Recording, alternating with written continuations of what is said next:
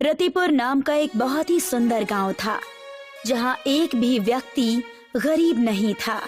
एक दिन इस गांव के किनारे पर एक व्यक्ति रहने के लिए आता है और एक टूटे पुराने घर का इस्तेमाल करता है और फिर वो प्रधान के पास काम मांगने के लिए जाता है। अरे भाई, नए लगते हो, कहाँ से आए हो? अरे मैं तो पास के ही एक दूसरे गांव में रहता था। अब सोच रहा हूँ कि यहाँ बस जाऊं। अच्छा, पर तुम यहाँ रहोगे कहाँ? प्रधान जी, मैंने गांव के किनारे पर एक टूटा घर देखा है। सोच रहा हूँ कि उसी में रह लूंगा। अच्छा, तो उस पुराने घर में रहना चाहते हो?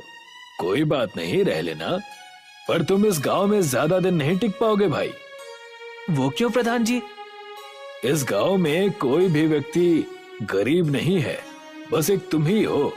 गांव वाले तुम्हें अपनाएंगे नहीं भैया। अरे प्रधान जी, जब मैं यहाँ आया तो मैं अपने साथ काफी सारा धन लेकर आया, तो आप मेरे गरीब होने की चिंता ना करें। मैं वो पुराना घर नए तरीके से बनवा लूंगा। तो यहाँ मेरे पास क्यों आए हो? मैं तो समझा कि काम की तलाश में आए हो। जी बिल्कुल सही समझा आपने। जब मैं घर बनवा लूंगा तो मुझे काम की या कोई नई दुकान खोलने की आवश्यकता पड़ेगी, इसीलिए आपसे विचार विमर्श करने आया था। अच्छा, तो ठीक है, मेरी ही जमीन पड़ी है एक बाजार में, तो तुम वही खरीद लेना। और घर बनाने के लिए लोग कहाँ से मिलेंगे? वो तो गांव के बाहर से बुलाने होंगे, तुम चिंता मत करो। आज का दिन उस घर में निकालो, मैं कल होते ही उन्हें वहां भेज दूंगा। जी प्रधान जी, जैसा आप कहें। ये कहकर लच्छू वहां से अपने घर की ओर चल देता है और प्रधान मुस्कुराने लगता है। शाम हो गई और प्रधान के घर पर दो लोग आए। ललित और मोहित, एक नया काम आया है। कैसा काम प्रधान जी? इस गांव के किनारे जो पुराना घर है, वहाँ एक नया व्यक्ति आया है, लच्छू नाम का। कहते हैं धन पर्याप्त है, एक नई दुकान खोलना चाहता है और साथ में एक घर भी बनवाना चाहता है। तो आप क्या चाहते हैं, अब हम घर बनाए? मोहित, पूरी बात सुनो। उन्होंने कहा कि बहुत धन लाया है उसने। क्यों प्रधान जी? सही समझा है तुमने। ओह, तो ऐसी बात है, तब तो हम उसका घर बनाने के लिए कल ही चले जाएंगे और शाम तक काम पूरा कर देंगे। ठीक है, अब काम पर लग जाओ तुम दोनों। अगले दिन ललित और मोहित लच्छू के घर के सामने खड़े थे। अरे भैया लच्छू, यही रहते हैं क्या?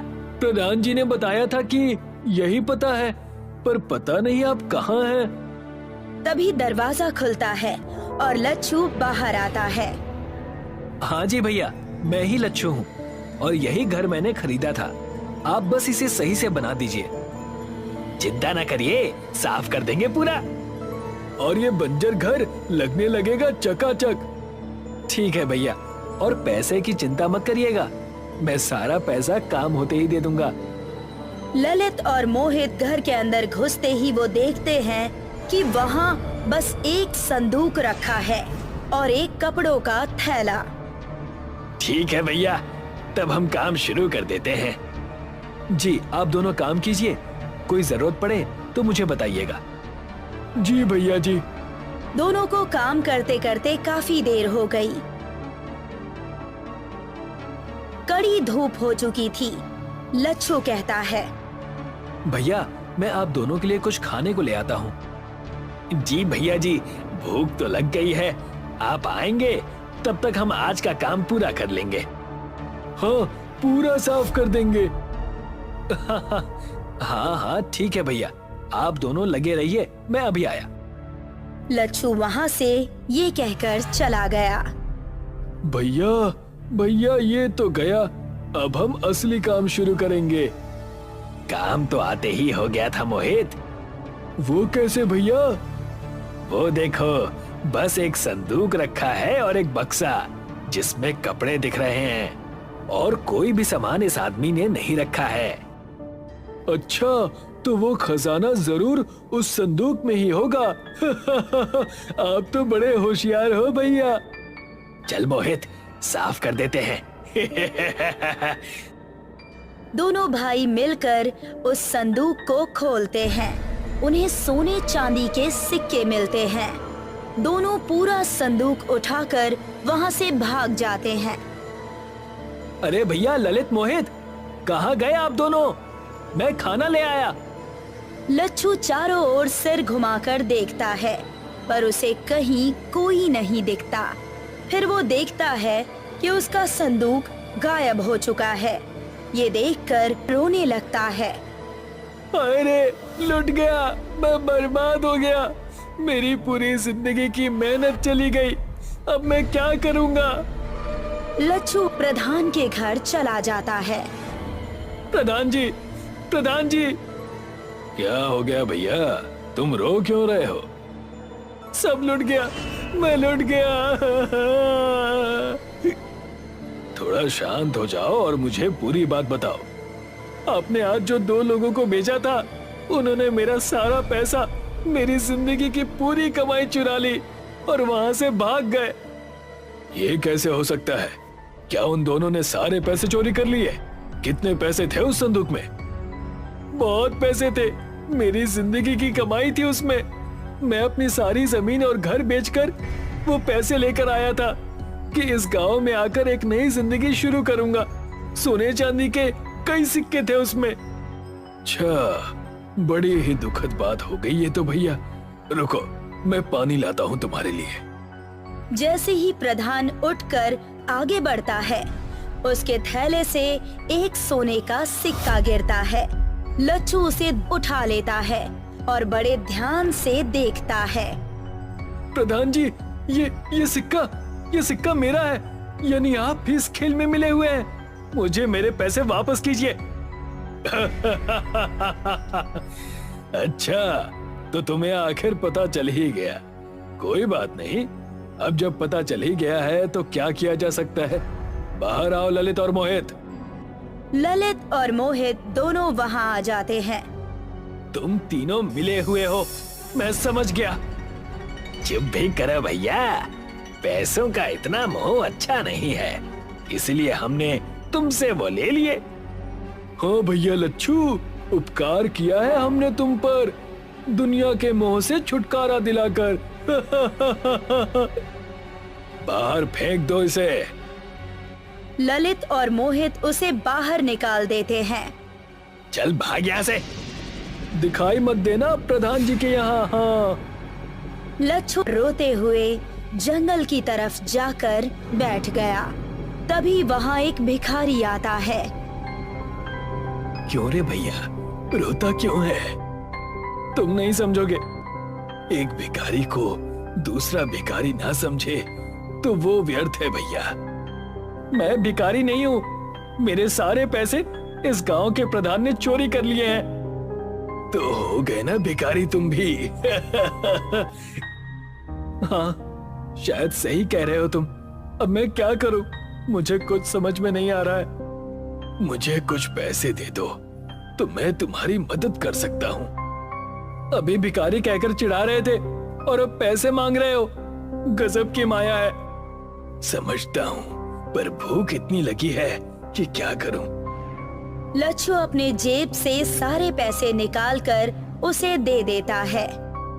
बस ये आखिरी पैसे बचे थे मेरे पास, सारे पैसे दे दिए मुझे और खुद के लिए कुछ क्यों नहीं बचाया। तुम भी तो परेशान हो।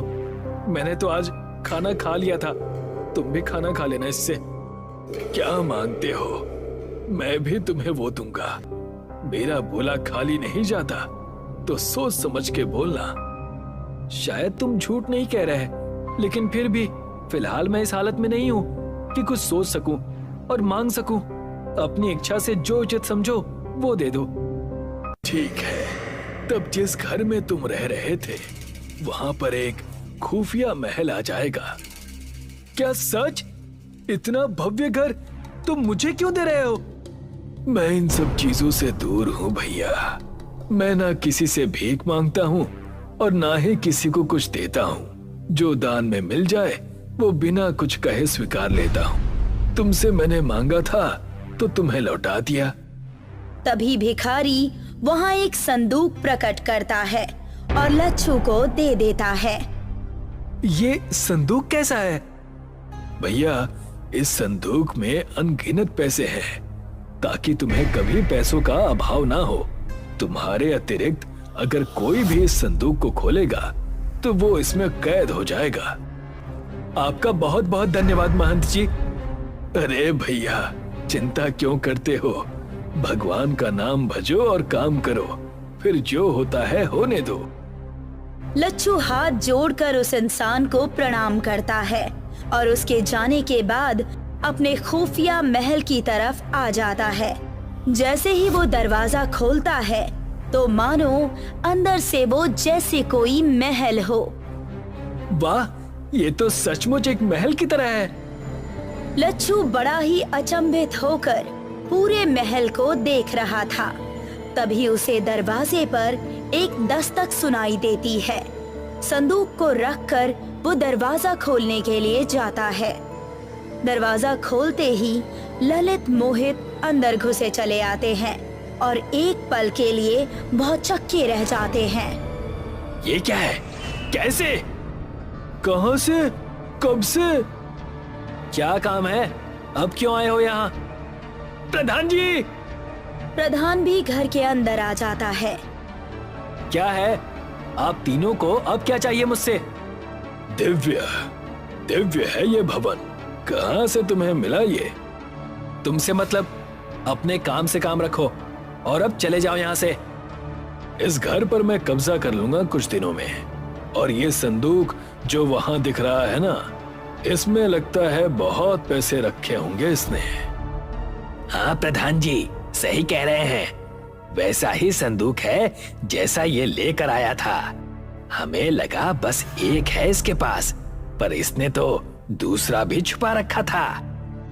इतना दिव्य खुफिया महल मेरे जैसे प्रधान के लिए ही बना है, और ये संदूक इस महल के साथ मिल रही है। भाई वाह!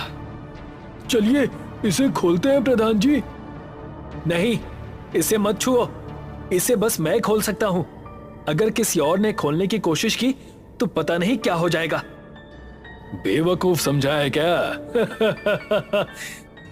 लच्छू की बात काटकर प्रधान, ललित और मोहित उस संदूक को खोलते हैं, और जैसे ही वो उसे खोलते हैं वो तीनों को अंदर खींच लेता है। लच्छू उन तीनों को देखता रह जाता है और फिर डर से तुरंत संदूक को खोलकर देखने लगता है। उस संदूक में बस हीरे और जवाहरात ही मिले, और वो तीनों कहाँ चले गए इसका कोई पता नहीं चला। तब से लच्छू अपने खुफिया महल में रह